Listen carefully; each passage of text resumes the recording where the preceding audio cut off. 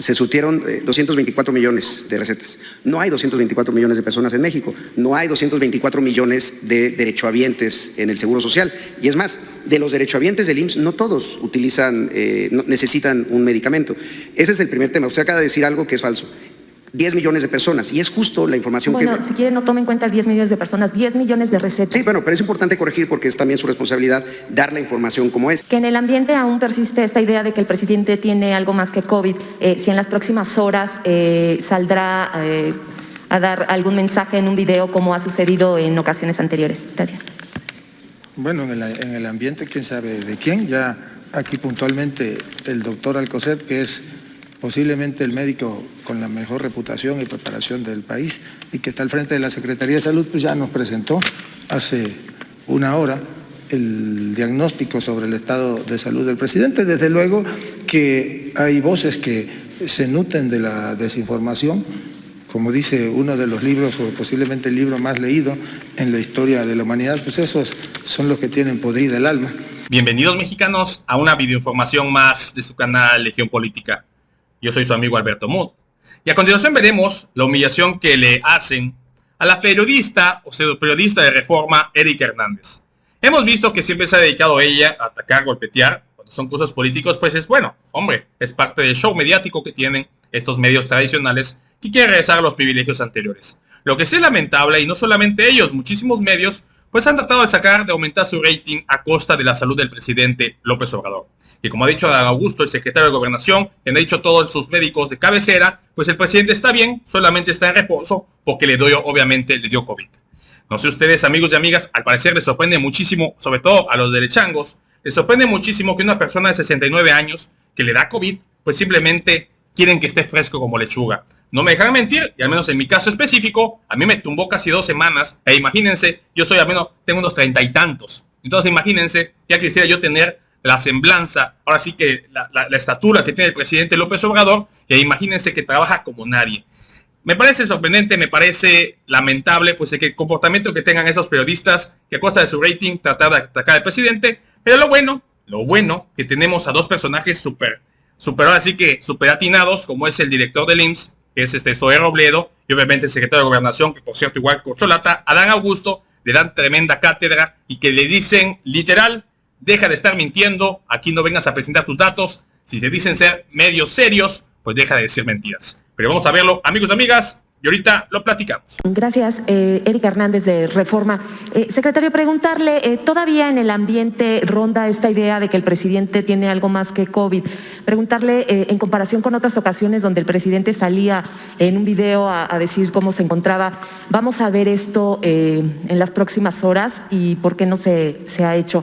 Y preguntarle al director del IMSS, ya resumió cuántas recetas sí se surten, pero quisiera preguntarle las que no se surten. Ustedes reconocían que al menos en el último año 10 millones de recetas no se surtieron. ¿Qué es lo que está pasando? ¿Qué tiene que suceder para que se cumpla el 100%? El presidente había dicho que estaban al 100% de medicamentos para el 2023 y 2024. ¿Son 10 millones de personas o quizá millones pero son millones de personas las que no han recibido su medicamento? ¿Qué es lo que está sucediendo, si nos pudiera detallar?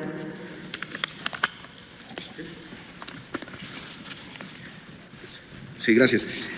Fíjese, justamente el año pasado se surtieron 224 millones de recetas. No hay 224 millones de personas en México, no hay 224 millones de derechohabientes en el Seguro Social. Y es más, de los derechohabientes del IMSS, no todos necesitan un medicamento.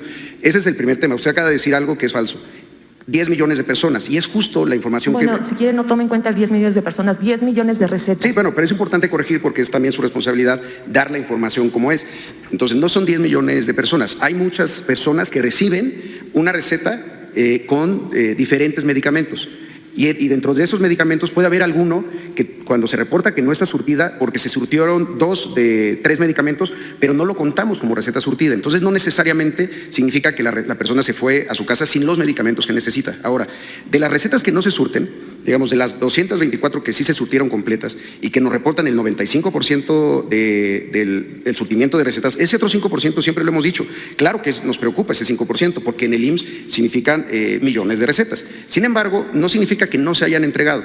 En el IMSS, primero, esas recetas, si no se surten en el primer momento, no pierde su caducidad y se puede surtir en el mismo lugar en otro momento, o se manda a la persona a otra unidad para que sea donde sí se le surte. Si eso tampoco ocurre, hay muchos casos en donde incluso el surtimiento de la receta puede ser a partir de un vale para que se surte en farmacia cuando es una receta que se puede adquirir de una manera rápida para no interrumpir un tratamiento. Pero generalmente se busca cómo resolver esa receta. Lo que no está reportado en reforma es justamente el número de recetas que sí se surten.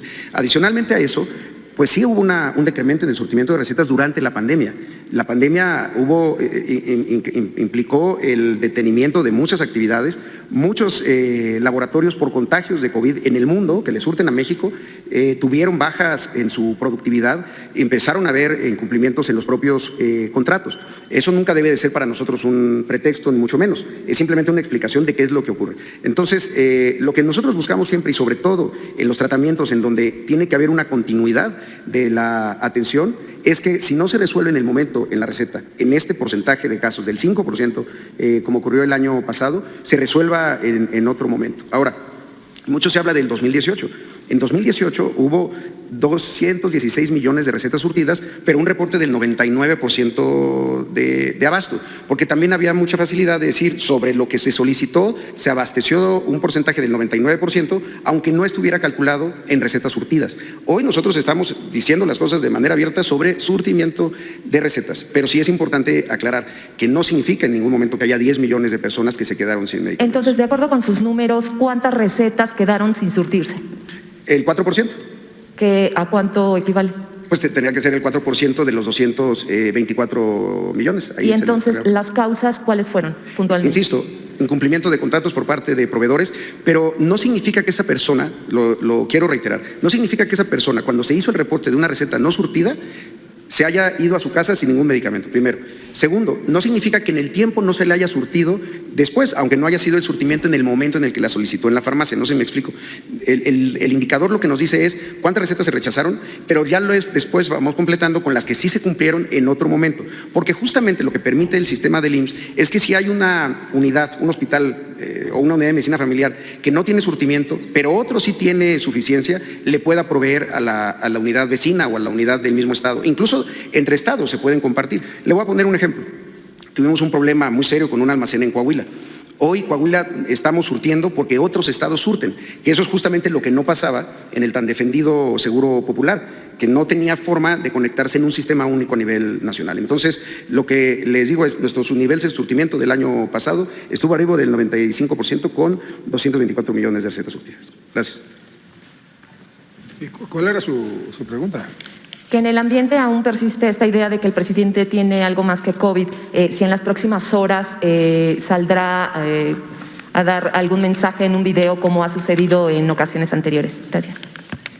Bueno, en el ambiente, quién sabe de quién. Ya aquí puntualmente el doctor Alcocer, que es posiblemente el médico con la mejor reputación y preparación del país y que está al frente de la Secretaría de Salud, pues ya nos presentó hace una hora el diagnóstico sobre el estado de salud del presidente. Desde luego que hay voces que se nutren de la desinformación, como dice uno de los libros, o posiblemente el libro más leído en la historia de la humanidad, pues esos son los que tienen podrida el alma.